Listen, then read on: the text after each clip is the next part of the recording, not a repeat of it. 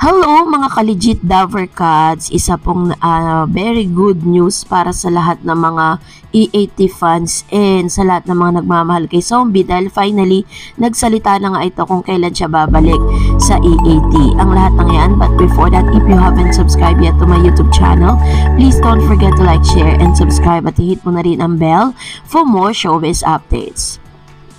Bago tayo magsimula, of course, nais ko po munang iparating ang aking pasasalamat at pa-thank you sa lahat po ng mga legit viewers, subscribers, and legit Dover Cats po natin. Thank you so much! At ngayong araw na ito ay tatapusin na po natin ang mga spekulasyon patungkol sa pagkawala ni Zombie Togeg. Dahil finally, sa kanya pong sa isang latest video po ng isang TVJ's vlogger na mismong nakausap at mula mismo sa bibig nitong si Mr. Zombie Togeg ay i-disclose niya kung kailan ba talaga ang kanyang pagbabalik dito po sa nasabing noontime program. Kasi syempre, 'di ba, parang nababahiran kasi ng hindi magandang imahe ang TVJ at ang TVJ production at ang ilan sa mga legit Dover Cats sa pagkawala ni Zombie. At aminin man natin o hindi, talaga namang add-on talaga ang karakter ni Zombie Togeg dito po sa EAT. Marami man po ng mga legit Dover or marami mang mga manonood na parang ayaw na siyang pabalikin, pero this time talagang pinatunayan ni Zombie na karapat-dapat pa rin siya maging legit Dover Cats. At dito binasag na rin ang katahimikan patungkol sa isyong ito at para na rin malinis yung pangalan ng TVJ patungkol sa mga bagay na ibinibintang sa kanila na tila baga tinanggal daw di umano, agad-agad na tinanggal itong si Zombie nang hindi man lamang ibinigay ang tunay na dahilan or kung talaga bang wala na siya sa EAT or tuluyan na nga ba siyang tinanggal. This time, panoorin po natin ang interview video na ito. EAT vlogger! Okay! Hi! Shout out sa mga legit Dover Cats dyan! Ayun! Nakita tayo sa Chatec Kingdom! Tara, let's go!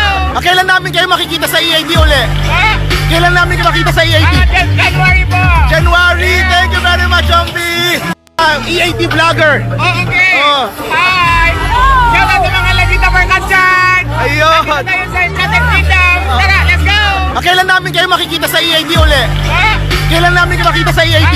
January po! January! Thank you very much, Zombie! Na inyo pong napanood is courtesy of Mr. Models of Manila dahil talaga nag-effort siya na pumunta pa po ng Laguna at sundan itong si Mr. Zombie Togeg para lang pumatanong patungkol sa issue na yan. And this time, eto na nga no, dahil last Saturday po ay talaga namang legit Dover Cats is #1 trending po dito po sa Twitter na dating Twitter na ngayon ay X. Dahil po dito, talaga namang mas aabangan pa natin, no? Kasi naipakilala na po yung kambal nitong si Ellen na si Lenlen sa katauhan ni Miss Atasha Mulak. Base po sa mga impormasyon na nakala po natin na unti-unti ay mas marami pa pong mga AI family ang ilalabas ng TVJ dito po sa programang ito, no? Pinatunayan po talaga nila na talagang very creative talaga sila. Nakita natin na talagang bagay na bagay kay Atasha Mulak. Nag-iba talaga yung itsura niya, 'di ba? Nung siya po ay nagkaroon ng parang minake-upan siya. Prosthetics kasi tawag dun parang may mga clay na nilalagay sa mukha nila. And this time, sana nga po natapos na rin yung issue patungkol kay Mr. Zombie Togeg. Dahil talaga namang ang dami, pinulutan po talaga ang TVJ production kasi parang nakahang yung tanong na tinanggal ba talaga si Zombie, Chuchu, ganun, 'di ba? So, nagpapasalamat tayo dito kay Mr. Models of Manila dahil talagang nag-effort pa siyang pumunta sa Laguna para lang makausap itong si Mr. Zombie. No, it only means na talagang included pa rin at kasama pa rin si Mr. Zombie Togeg sa legit Dover Cats. Kasi parang ang konti kasi nila, 'di ba? At sana nga lang matapos na rin yung issue at pagtatanong ng ilan sa mga Dover Cats kung nasa na nga ba si Zombie. So this time is talagang nasagot na kay Zombie Togeg na po nang galing na sa January 2024 ay babalik na siya pagkatapos ng kanyang movie.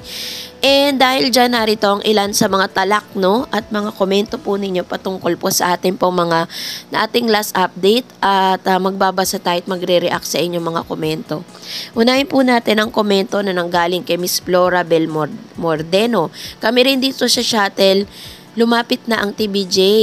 Hindi kami nanonood, lumipat na ang TVJ, hindi na kami nanonood ng GMA TV5 na kung saan si Main doon kami. Ayan, ito yung mga forever Main Dover Cards. At talaga nag-aabang po sa lagi sa paglabas kasi alam naman talaga natin deserve din ni Miss Main Mendoza yung mga fans na meron siya ngayon kasi napakagaling din. Sabi ni Montano, solid Dover Cards tayo, 80% TV5, 20% GMA because kita ko na how they treated us show who has been with them for 40 plus years and they earn from them also. So sana they should have pushed for more loyalty and not only for the money. True naman, 'di ba? Gano'n naman talaga dapat Pag loyal sa iyo ang isang tao, dapat di ka nababayaran. Sabi naman ni Shelly Tanaya, kahit ano mangyari, hashtag EAT, hashtag legit Dover Cards, hashtag ayan lang ako, hashtag Atasha. Ayan. Salamat po Miss Shelly Tanaya sa lahat po ng mga legit. Talaga namang laging nag-aabang sa mga updates po natin. At the same time, legit na sumusuporta po sa EAT. And another comments, Mr. Person 6763. Sabi niya, TBJ, thank you madami. Your truthful news. Love, Laguna Beach, California, USA. Ayun.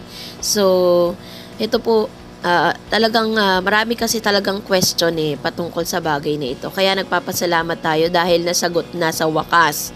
No. And of course, another comments, sabi ni Rolando Serino. Sabi niya, ma'am, thanks sa info about zombies. Ayan. Thank you rin po. 'Di ba masarap sa pakiramdam na meron tayong mga kababayan na nagpapasalamat, no? Dahil po talagang naibigay natin at talagang nasupais natin yung kanilang mga tanong. And another comments, Miss Yoli Bautista, thank you sa maliwanag mong pagsabi ng katotohanan kay Zombie. Sobrang namimiss talaga namin kasi nga parang ugali niya Pinoy, matulungin sa sarili niyang Ayan. So, nakita naman na kasi, ang tinutukoy kasi na Ma'am Yoli Bautista, dun sa mga vlog kasi ni Mr. Zombie Toge, karamihan sa mga tinutulungan niya, mga Pinoy. At talagang masasabi mo na, yung kultura ng Pinoy, niyakap na ni Zombie Toge. At nakita naman natin talagang, he really deserve niya na mapabilang po as legit Dover Cards, 'di ba? So, kaya naman talagang at least ngayon maliwanag na po ang lahat para sa atin. Wala na tayong duda. Well, kung nagustuhan mo ang video na ito, huwag mo kalimutang mag-like, mag-share, at mag-subscribe, at i-follow mo na rin ang aking Facebook page, Dareds TV. And also, I have my TikTok account, which is Dareds TV. Pwede nyo rin po akong i-follow doon. Thank you for watching, guys. God bless everyone!